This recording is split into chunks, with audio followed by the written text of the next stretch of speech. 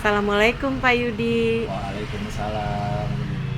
Pak Yudi, saya punten pisan mohon izin ya, mau nanya-nanya mengenai yogurt dan minuman kekinian ini ya. Ya, Mohon Pak Yudi bisa menjawabnya ya. insya Allah. Oke ya.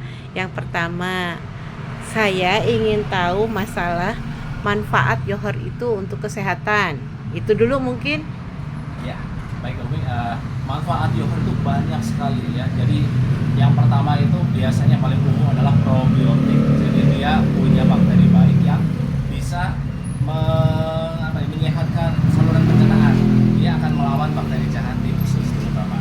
Nah itu secara umum. Kalau saluran pencernaan sehat, maka seluruh tubuh pun akan jadi sehat karena benteng pertama masuknya kuman itu benteng pertama perlindungan terhadap kuman adalah di pencernaan.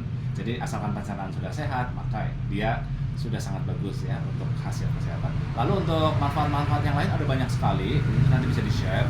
Tapi salah satunya bisa juga untuk menguatkan tulang ya, bisa untuk memulihkan stamina, lalu bisa untuk mempercepat penyembuhan, lalu bisa juga untuk menyehatkan organ-organ bagian dalam dan masih banyak lagi. Terus berkaitan dengan kesehatan itu ya. Tadi dalam praktek itu kan menggunakan perasa, terus bisa menggantikan dengan yang lain. Kalau stevia kan bagus ya Pak Yudi ya. Tapi kalau menggunakan yang namanya perasa itu, tambahan perasa itu bagaimana pengaruhnya terhadap kesehatan juga dengan pewarna itu? Mohon dijelaskan. Baik, untuk perasa dan pewarna, kami memakai perasa dan pewarna yang memang benar-benar sudah sangat food grade ya, yang artinya memang sangat tidak membuat masalah di kesehatan. Dia food grade, ya grade makanan. Dan perasa ini kebetulan sekali memang perasa untuk produksi-produksi makanan-makanan olahan yang memang sudah sangat teruji. Jadi artinya kita pakai perasa yang memang sudah halal juga, ya sudah ada COA juga, ya sudah dianalisa semuanya. Dan itu pemakaiannya juga sangat irit, jadi tidak terlalu banyak. Kemudian untuk pewarnanya juga sama, kita pakai pewarna makanan yang umum yang ada di toko atau di toko bahan kue ya, atau di lapak bahan kue di pasar tradisional. Itu adalah pewarna yang memang sudah aman, sudah ada BPOM dan sebagainya. Jadi sudah sangat aman, tidak ada masalah. Tetapi kalau misalkan ingin tanpa perasa atau pewarna pun bisa dengan menggunakan buah asli atau pewarna dari daun-daunan yang asli, boleh, tidak masalah. Atau kalau misalkan tanpa rasa dan tanpa warna pun bisa, hanya yogurt dengan gula saja, itu pun sudah sangat bagus. Itu saja barangkali. Kalau dengan menggunakan buah-buahan atau daun-daunan itu, apakah buah-buahannya di blender dimasukkan atau dipotong-potong? Terus kalau di blender itu ada penambahan air atau tidak, dan nanti bagaimana pengaruhnya terhadap yogurt itu sendiri, Pak?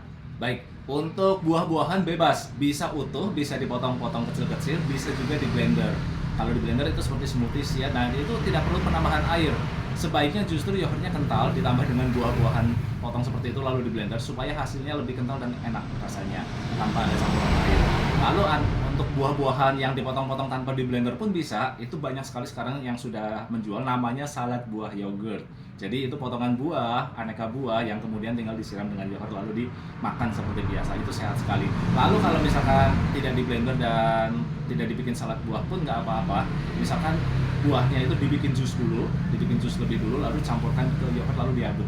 Itu pun bisa, tidak masalah. Tetapi memang disarankan untuk tidak pakai campuran air ya. Jadi solusinya untuk ini saya sarankan di blender langsung dengan buahnya, lalu dibuat salad buah. Nah itu lebih enak rasanya. Ya.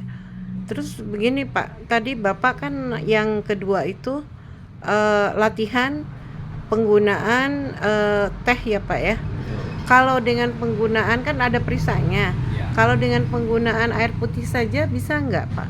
Oh ya, untuk penggunaan air putih pun bisa. Jadi artinya air putih tanpa teh dan kemudian ditambahkan dengan perisa itu bisa nanti namanya adalah fruity water ya. Itu mirip seperti minuman-minuman isotonik yang ada di minimarket ya. Seperti itu. Jadi warnanya bening tanpa pewarna dan itu lebih sehat karena tanpa pewarna. Jadi cukup dengan gula, perasa dan air saja. Nah, itu hasilnya lebih simpel juga untuk membuatnya dan lebih segar ya untuk badan juga. Baik Pak Yudi, terima kasih. Mungkin yang akan datang kalau ada pertanyaan-pertanyaan dari audiens atau yang menggunakan dari mempraktekkan pelatihan ini, mungkin ada keterbukaan untuk Pak Yudi untuk bisa menjawab dan melayaninya ya Pak ya. Ya, insya Allah nanti kalau misalkan ada kesulitan bebas konsultasi ya, nanti ada forum yang akan dibuat ya, lalu ada pembimbing di situ, ada pembina di situ, dan saya juga akan masuk di situ. Insya Allah kalau ada pertanyaan-pertanyaan silahkan aja langsung ditanyakan tanpa ragu-ragu ya. Saya akan sharing pengetahuan, dan bukan saya yang paling pintar di sini, tetapi kita sama-sama berbagi ilmu. Itu saja. Jadi saya support semuanya.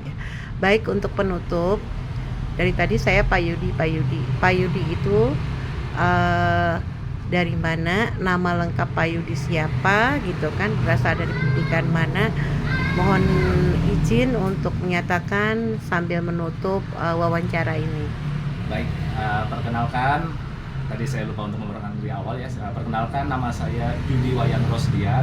Saya kelahiran Purwokerto tahun 79. Saya diterima di ITB, Institut Teknologi Bandung, tahun 98. Lalu saya lulus tahun 2004. Kemudian saya langsung berwirausaha. Lalu mulai 2012 saya mulai membuka pelatihan untuk yoga, dan sampai sekarang.